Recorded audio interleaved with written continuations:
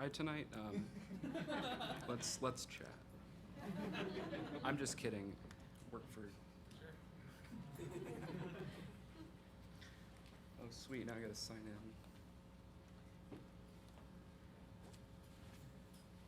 Nice. That kind of works, right? All right, so this is gonna be like a humorous, kind of lighthearted talk, talking about, how you can hack into a computer with an AI. But to begin, I kind of wanted to just take a moment and say thank you to these individuals here who, all of us are here because of them.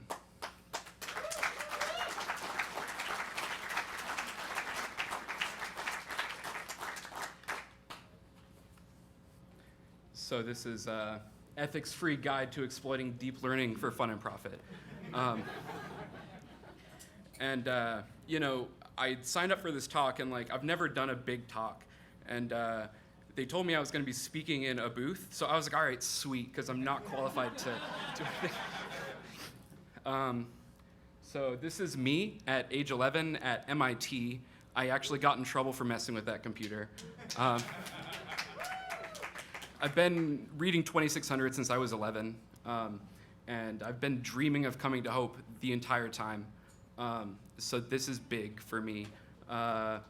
If you're a parent out there and you catch your kid, playing with computers or reading 2600, it's gonna go one of two ways, right? Either they're gonna have an awesome career and get amazing experience out of it, or they're gonna be on stage talking about how they piss the government off by making AI. So also, my company wants nothing to do with this. So I work for a cybersecurity company doing AI for defense, and there's a lot of really cool stuff out there for that. But for some reason, they didn't necessarily want me associating their name with this. So in lieu of that, I reached out to ThreatBut. So now I'm a ThreatBut employee. ThreatBut is hiring. Check out our careers page. Let's see. Shouts to all these people over here. They've all been immensely helpful, and not affiliated if I get in trouble for this. I've worked on a number of ML projects. Endgame has a really cool project that I've contributed to. Just a handful of other things. And this is my site. .sh is totally a TLD, and you can have one. And if you curl that into bash, there's a special surprise for you. My Twitter is really not safe for work, and my GitHub is really, really not safe for work. So these are some of the contributors to the project. And so there was a sort of a think tank out there for adversary ML called the Warmind, which comes from Destiny 2 or something. But either way, so they are a group of InfoSec experts and researchers. You may recognize some of those names up there for other projects. And so they've kind of been looking into this, and so I have as well. And then shouts to Molly. That's not the FSF Molly. That's that Molly. She's awesome. And then shouts to x9security.com. He actually launched his page early so I could say something about it, but check that out. Okay, so disclaimers here. I'm not a real data scientist. I learned this shit on YouTube. Also, this is the most Hope thing ever because there's a PhD electrical engineer over there, and you guys are talking to the guy with the GED that learned this shit on YouTube.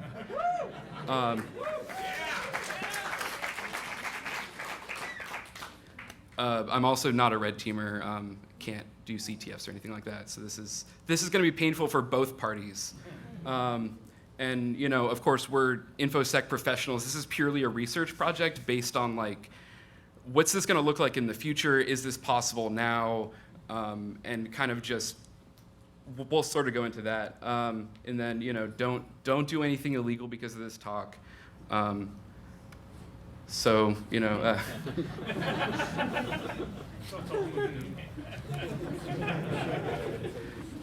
So, every talk kind of has an agenda. I wanted to throw mine out there. This is the stuff you have to get through before you watch an AI pop-up box. I'm gonna do some like software freedom talks related to AI, the current and future state, stuff like that. And then there's gonna be like 20 minutes of me being like, whoa, TensorFlow is cool. AI liberation. So this is a neural network. Oh, I'm sorry, this is a printing press. And kind of, hopefully everyone here, hold on, let me scroll down on Emacs real quick. Okay, so everyone kind of knows the story here, right, where there's this person named Gutenberg in like the 1400s who designed this thing. And before then, only like 6 people in Europe knew how to read. And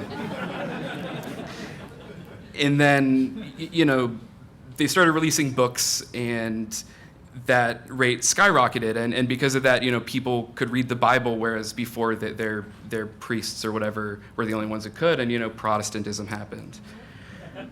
But what they don't tell you, or at least I didn't know, so I was looking up what a printing press costs, because I was going to make this really lame point of like, oh, it wasn't free, so normal people couldn't have a printing press.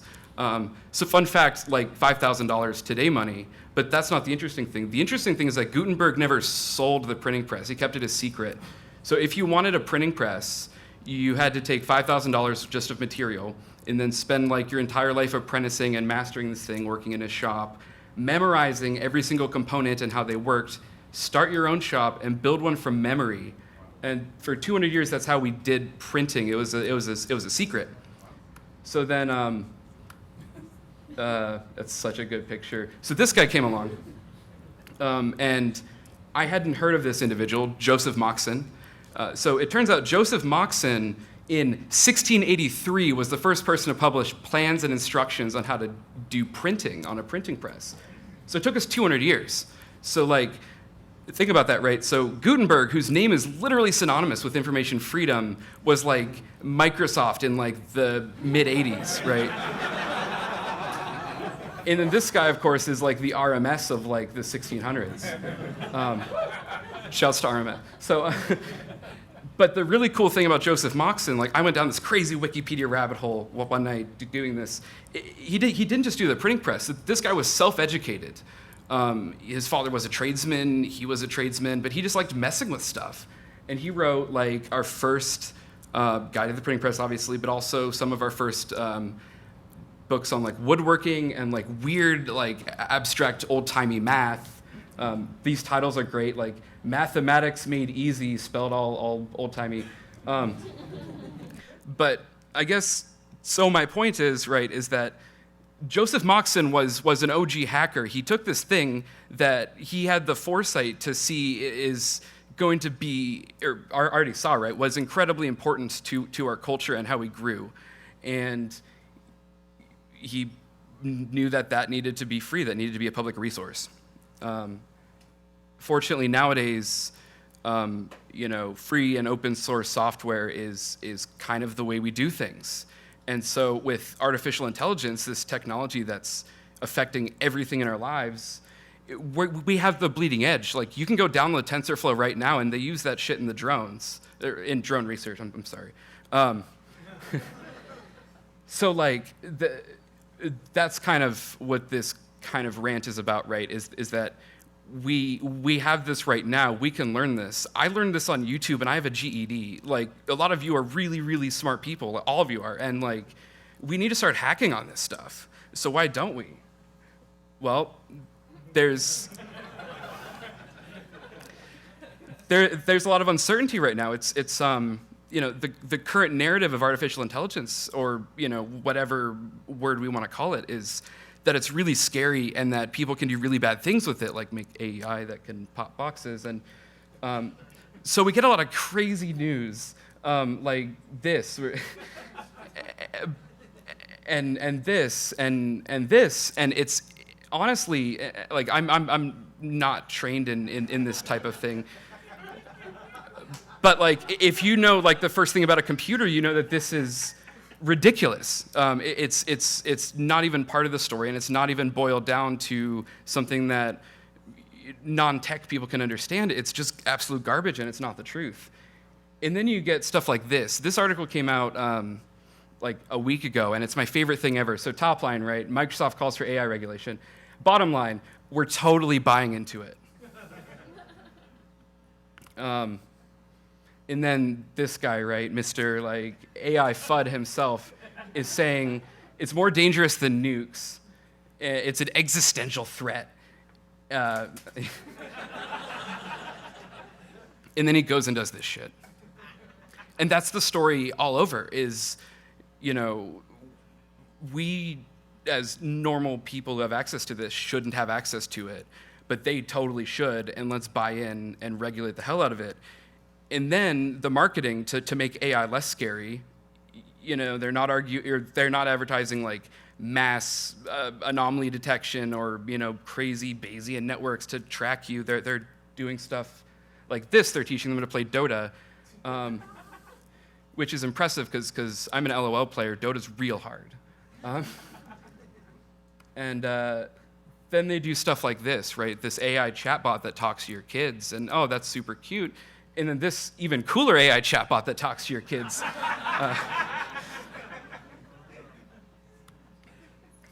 So this is kind of summing up the point here, right? Is that the oh no, I lost my notes. This is like my first talk. So those who would profit off of making this inaccessible are benefiting from us not knowing anything about it, and at the very least benefiting, in some cases, like contributing to it. Come on. So let's kind of cut through some of the uncertainty and doubt and things like that. What is AI? Now, if you talk to like any grown-up data scientist, they'll probably not call it AI. I call it AI because I really love cyberpunk, and it sounds much cooler than deep learning, I think. But so the general gist of this thing, right, is that AI is a really old term, and it's any computer that can kind of emulate tasks. So like something that can play Pong against you is artificial intelligence. It's something that emulates human intelligence. Machine learning is when an algorithm adjusts itself based on previous knowledge or trained knowledge. And then deep learning is when you use these like deep neural networks to do these wild convolutions and things like that. So that's kind of the gist of it. You'll hear them all used kind of interchangeably, and that's kind of how it is right now. So what can they do? What can they cannot do? So they're very good at things like classification, right? Hot dog or not hot dog. Things like regression, predicting if a customer is going to churn or not, or predicting like the price of a house based on certain data. Clustering, so your social network is a cluster. You know someone who knows someone who knows someone. You all happen to share a certain hashtag. And then learning inductive bias, which is a big academic word that I can kind of sum up as it tries things and then figures out why it succeeds and why it doesn't. What is it not good at? It's not good at decision making without rules. You need to write the code. If you saw the code for the upcoming demo, it's like mostly, all right, go here, now go here, now go here, now do this algorithm that you figured out. They're not good at unstructured thought. We don't have general AI. They can't broadly infer things. And data's really, really messy, and it's a real pain to kind of herd into, encapsulate and scale it so that you can train models with it. So defensive AI is really big business. It's a big buzzword, and everyone's doing it. I have like a Splunk sticker on my laptop, shouts to Splunk.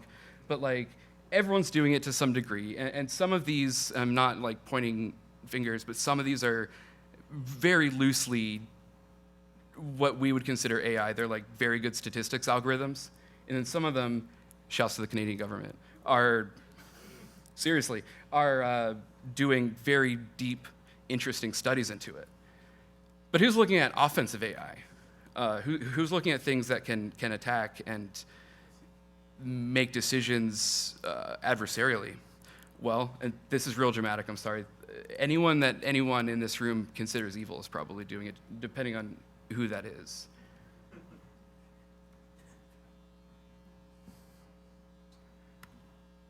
So let's make one. Oh wait, I wasn't supposed to say that yet. So we'll so what's going on? in today's world, right? Well, there's some existing projects. Some of these are deep learning, some of these are artificial intelligence, some of these are really cool graph algorithms. Endgame is doing a lot of studies into this. They've contributed a whole lot to both sides of the artificial intelligence in cybersecurity communities. Bloodhound is not traditional deep artificial intelligence, but I would argue that Bloodhound and even things like Maltego that can do deep graph-related correlations are, to some degree, artificial intelligence. And then there's deep exploit. So deep exploit, they're a very similar project to this project, and they're presenting at Black Hat. And hey guys, deep exploit, if you're watching this, I challenge you to an AI fight.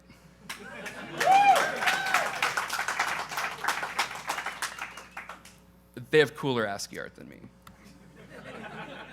So let's talk about really scary things now. So what are some scenarios that we kind of have to actually be worried about? And it's not Skynet. OS-sync correlations. ML right now is very good at correlating things, and it's just going to get better. We don't need as large of data sets to train on as we did before.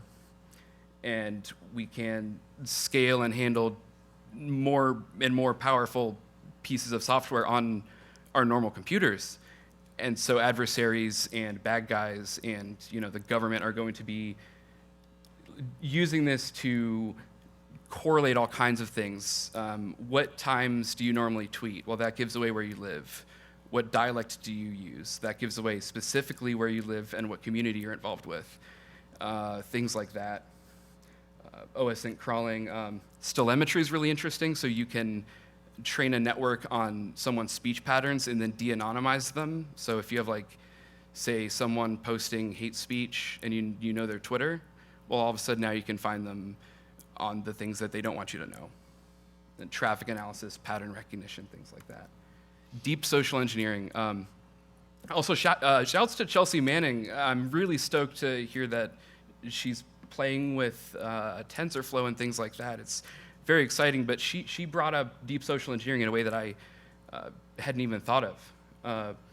So sentiment analysis, as in you take all the tweets about your company and figure out if people like you or not, is a real common use case right now. But we can arguably potentially use this in reverse to figure out who is saying negative things and give that an impact and figure out why that has more of an impact than other things. Figure out certain terminology, certain phrases in certain communities where you can have the most impact to essentially socially drop these things to spread and reduce the sentiment of an organization.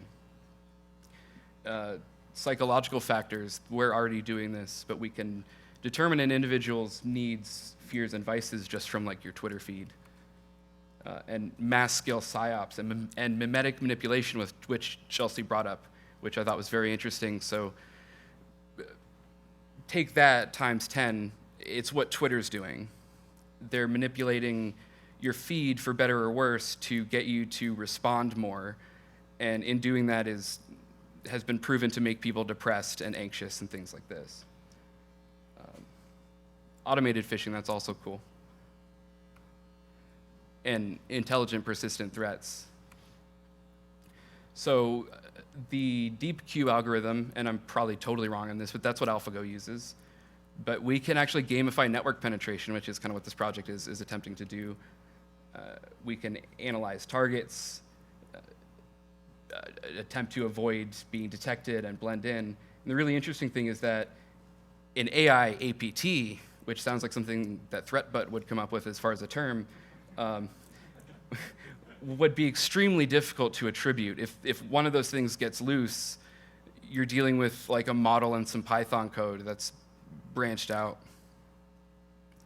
So anonymous actors, statistical attack modeling, behavior emulation, and that's really scary, and let's build one.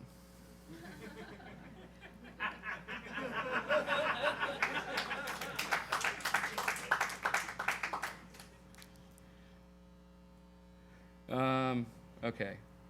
So I'm going to explain how deep learning works real quick. So it's actually really simple. You start with a neural network. This is actually a neural network. You do some back propagation once you push the data through. You have some stochastic gradient descent and some goal reduction phase. And then this is a tensor, and you put this into a tensor flow. And then you get some deep learning. And then you do some science and some physics. And then you do some code. I actually wrote that. And you get some more memes, and now you have artificial intelligence. So I'm obviously a real big William Gibson fan. Please don't sue me, William Gibson, because I used a bunch of your names in this. But the idea of this book, and if you haven't read this book, don't take anything else away from this talk. Leave now. Go buy Neuromancer, because it's amazing. And I'm going to grossly sum up Neuromancer to offend any sci-fi nerd. It's two AIs fighting.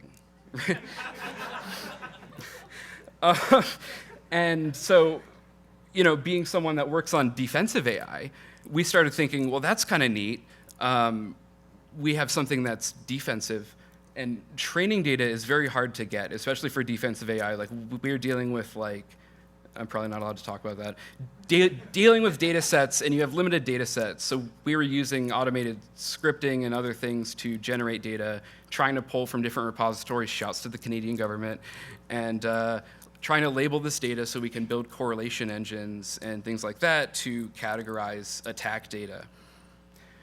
So I said, hey, I was in the office super late coding, and I just read Neuromancer, and I said, hey, let's just make an AI that can do attacks, and then we have two things to train against each other. It's a generative adversarial network, such a buzzword. Plus it's awesome, Neuromancer. So it turns out when you go to your boss, actually my boss is really cool, I'm not gonna name his name, but he was stoked on it, but everyone else was really not stoked on it. Apparently, you tell individuals that you want to put a hacker AI in their network, and they get all, oh, don't start Skynet. And so this thing's open source, and I'm not allowed to name my company anymore. So you start by saying what you want, right? So we wanted it to behave like an actual actor, analyze the network environment, and use deep learning to determine which are the best points to attack. What would a bad guy do? So this is kind of what the thing looked like initially. You have Nmap. Hopefully everyone here knows Nmap. If not, it's a port scanner thing. You scan the ports of a machine, and then you get all this data, and you have a trained model. That's what that is. That's a neural network to take that data and make a prediction on what the best attack in MSF would be. So that's really cool, but it turns out someone already made it. And it's called a Vuln scanner. And so I made a shitty Vuln scanner. So I actually came up with this incredible algorithm to determine the math words of that to replace this entire project here with one line of code, and it's a SQL join. So I took. So the NIST provided everyone with the CVE database, which is sweet, and Rapid7 provided all of us with Metasploit. So you parse through Metasploit, pull the CVEs out of Metasploit, do a join, and now you have a table that tells you essentially what CVE is tied to what Metasploit module, the platform, the version, all the other data about it. I think I missed one. No. Oh yeah, arrows. So WinterMute is kind of what we call this project. And here's the questions we're asking. So from historical experience, what's the best thing to do? From environmental data, what affects that? And network architecture knowledge, what lies behind the port? If it's a if it's a MySQL, well, there might be some other things behind it. If it looks like an AD, there's definitely an AD behind it, things like that. So let's talk about the tech stack. I'm a coder, so I really, this is my jam here. So I use Python with TensorFlow and Keras and Pandas. Those are all ML or big data related libraries. TensorFlow is used for machine learning and working with tensors. That's a math thing I can't explain to you guys. And Keras is a deep learning library that wraps TensorFlow and makes it easy for people like me to do those math things. And that is, Scapy, which is a security Python library. You can craft packets and things like that. It's very cool. And then we Dockerized that. That's the best Kali logo, by the way. And we threw in a graph database, which we'll be talking about in a minute as well, to do these correlations. So here's kind of the architecture of the thing. We have a reconnaissance mode. It's given an initial state, i.e. a ping scan. It's scaled, analyzed, and all of the useful data is tokenized. So you take the data, you encode it, hash it, and now you have a token. And then it looks it up in this graph database, i.e. the join table. And it decides on a subsection of the targets, as in what's the most interesting once they're scored, and it moves in. So it does this a couple times, and it might find that a target is less interesting than the larger picture, and it might back off and look at other things. And it attempts to maximize the interest rating of a target.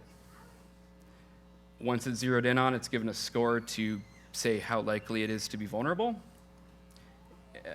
We went through this. Target is selected. I'm like reading off of my thing now. It's added to a graph. Graphs are cool. And then the exploitation phase. They're sorted by how useful or how likely the exploit is to be happening. It's executed. It attempts for a success. It's a reverse shell right now. Once it's found, it'll open a sub-process and connect it.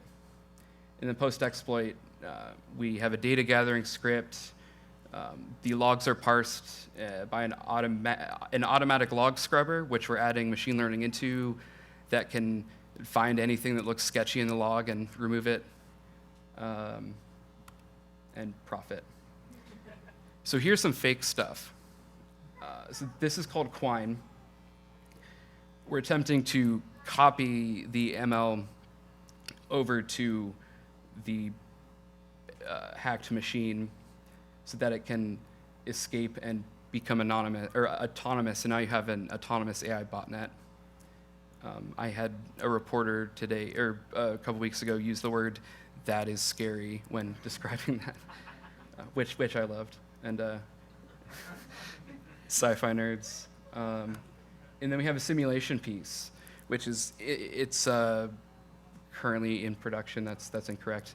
But the simulation piece, we can design a simulated network and run through hundreds and hundreds of tests just through simulation and not actually having to like spin up VMs to do this, because the state and the environment and the agent are all separate pieces. So it's kind of like Ender's Game, where he didn't know he was in a simulation. That's a really, really dark example.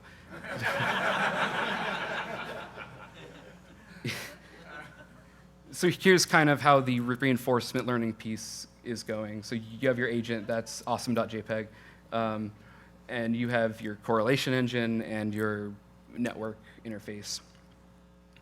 And it finds things it can see, and it correlates them. And then it's given a number of decisions on a graph, and it'll say which action to take, attack and scan, which door is the likeliest to work, and which will lead somewhere. How do you ask those questions? How do you tell a computer to ask those questions? That's a tough thing.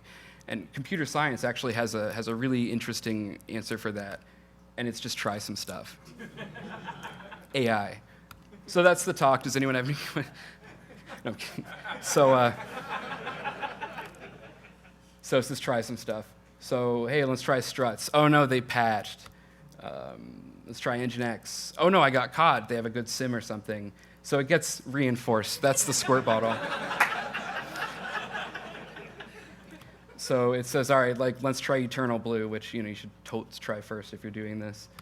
And it gets a cookie. So the next time it goes to ask these questions, it stores these in a math and stochastic matrix. Is that right? Or, okay. So And now it has correlations, and it can remember what these things are. And it says, oh, hey, eternal blue worked really well last time. So this is kind of how the architecture works from a high-level view. We have an environment, which then gives out a state and a reward. Here's some math for you. State is S, and reward is R. And in machine learning, policy is naturally Q. The policy is the state, and the reward it maths and comes up with an answer, and it hacks the computer. So, demo time.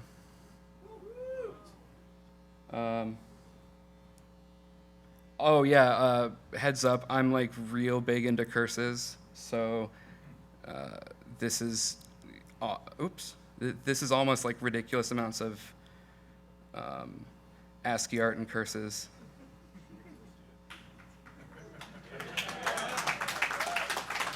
Oh wait, hold on. This thing is how do I use,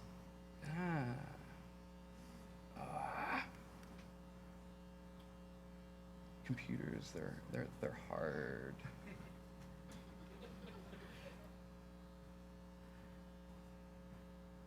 There we go. All right, cool. That's cool. So, curses. Oh, I wish the text was bigger.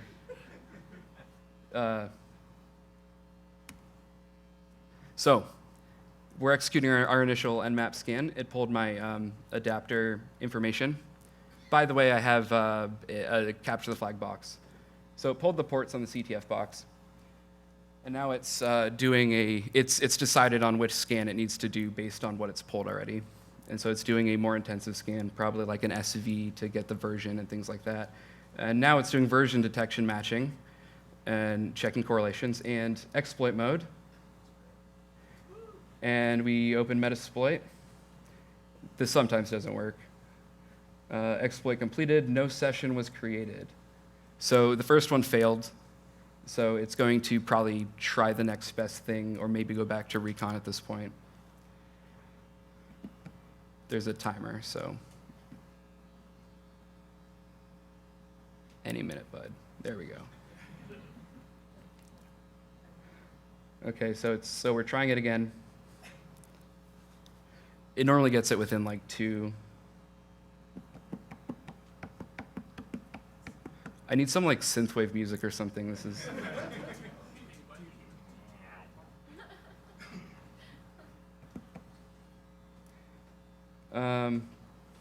Okay, so it popped the exploit. It's got the connection. It's trying to open a reverse shell.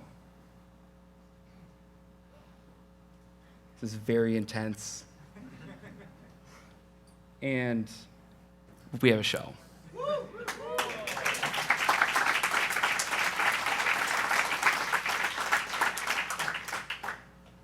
So there's an open Wi-Fi network called Pineapple if anyone wants to jump on and have a free pen test.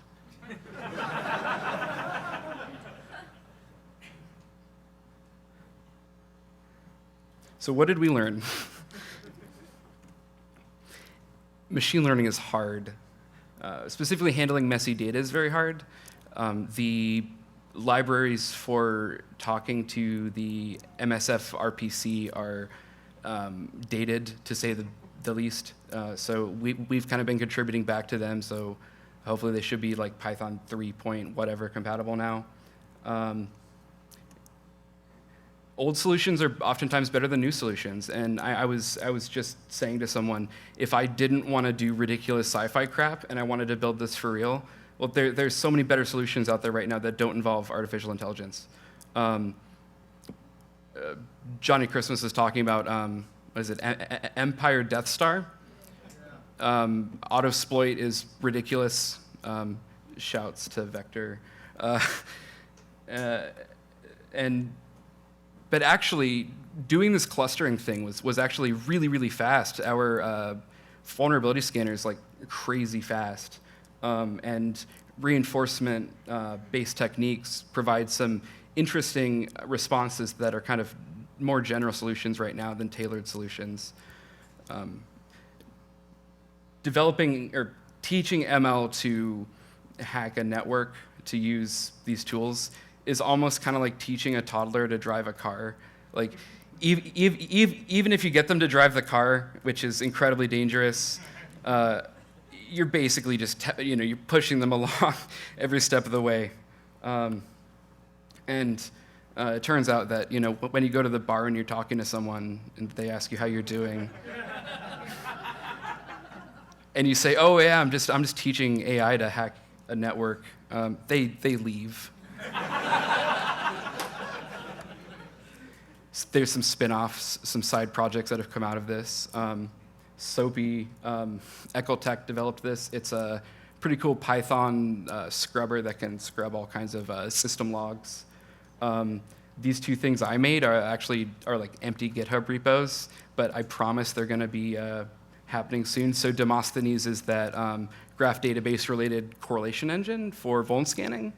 And then I'm dropping, soon, add this on your GitHub now, the MLSec notebook, which is kind of just, again, to reiterate to the point here, this stuff is easy. You can literally learn on YouTube or $10 on Udemy, Coursera, things like that. And this is stuff we need to be playing with because this is affecting our lives. And the powers that be want this to not be in our hands. And we need to start messing with this stuff more and more to kind of get a glimpse to figure out what to protect against, because all of us are totally law-abiding here and everything. So again, cite, curl that into Bash, Twitter, and GitHub.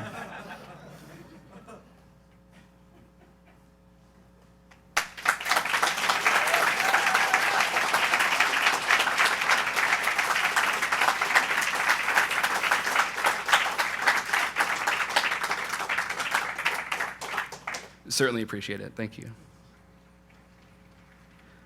Does anyone have any questions? I don't see. I can't see. Please, only easy ones. I'm not a data scientist. So my question is, do you want help with Quine? Because that sounds like a lot of fun. Yeah, totally. That's so. I'm truthfully. I'm at the point now where I've kind of done my research. I've kind of done the thing. And I'm not currently going to be working on this for a little bit, but Quine is something that I want to develop in a more sort of broad distributed computing sense. So yeah, hit me up on GitHub or Twitter, or we'll chat. Cool. Thank you. So imagining a future in 5-10 years when neural networks are so much better and amazing, what do you imagine doing? What do you want other people to be doing? That's a good question, and actually, and I'm probably grossly wrong on this, but from my understanding, the neural network, by the way, we're in a room named after one of the people that developed the neural network, Kathleen Booth. It's an old idea, and it's just the hardware that's improving, and so we're dealing with a lot of problems in security based on, we have really good hardware, and you can get 9 CUDA cores for $10K or something now.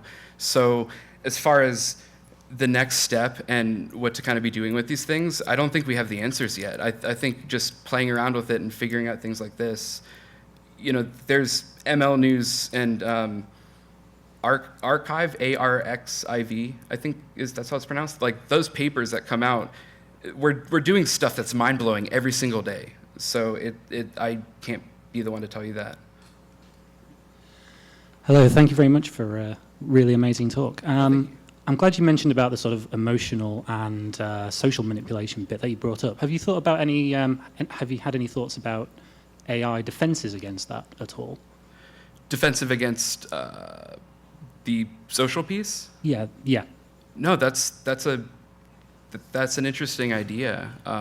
What did you have any ideas based on that? What would that look like? Not personally, no. I know it's a bit sort of off topic. I just wondered if you'd thought about it at all. That was all.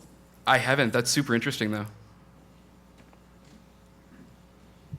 I just want to also say thank you for bringing back some of that old school hacker enthusiasm into your talk. Thank you. Thank you.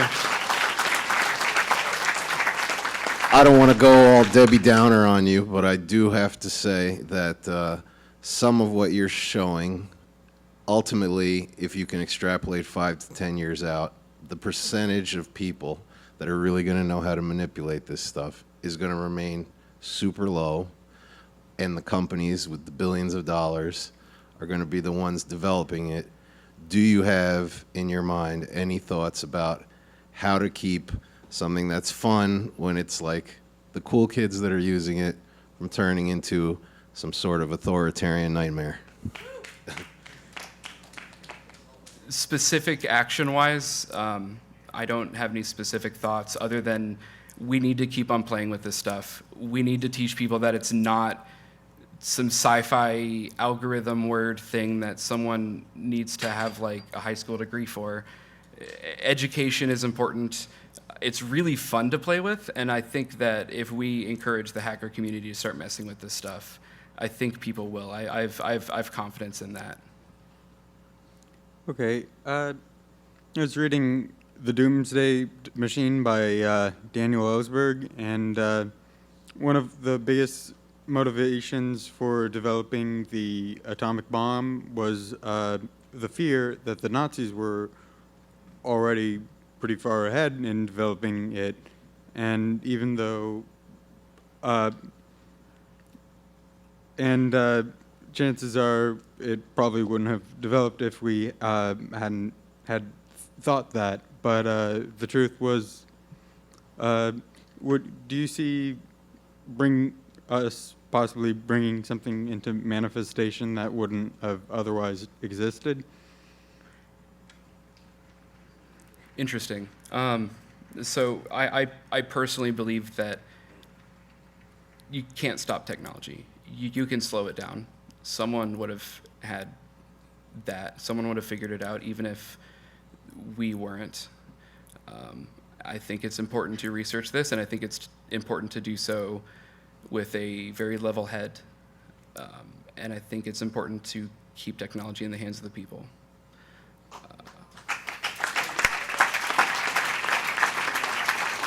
I say that, but please don't go home and make any explosives. Please, please, please. Hello. Why Neo4j in Because comparison to other graph databases? I didn't know how to use it and my job wanted me to learn it, so. Okay. But specifically, the Neo4j piece, actually, that was legitimately the reason. I just found it very interesting. I like the visualizations; they're all animated and stuff. I could have probably done the same in like a dictionary in Python or something. To be completely honest with you. Getting from GED to ML researcher, what were the most helpful online resources or courses that you found to get there? So, oh man, I get to plug people. All right. So there's a course called Deep Learning and Computer Vision with Python by Adrian Rosbrock. It's very interesting, specifically related to deep learning with computer vision with Python. There is a YouTuber who he's a bit high energy for some people, but Siraj Raval explains things very, very well in like something that I was able to understand. From there, there's a lot of great intermediate to entry level authors. Francois Chalet's Deep Learning with Python is like, it's the best. And you can just kind of continue on from there, but it's all very accessible. It's just hard to go from what is this to reading like academic papers, but you can kind of bridge the gap.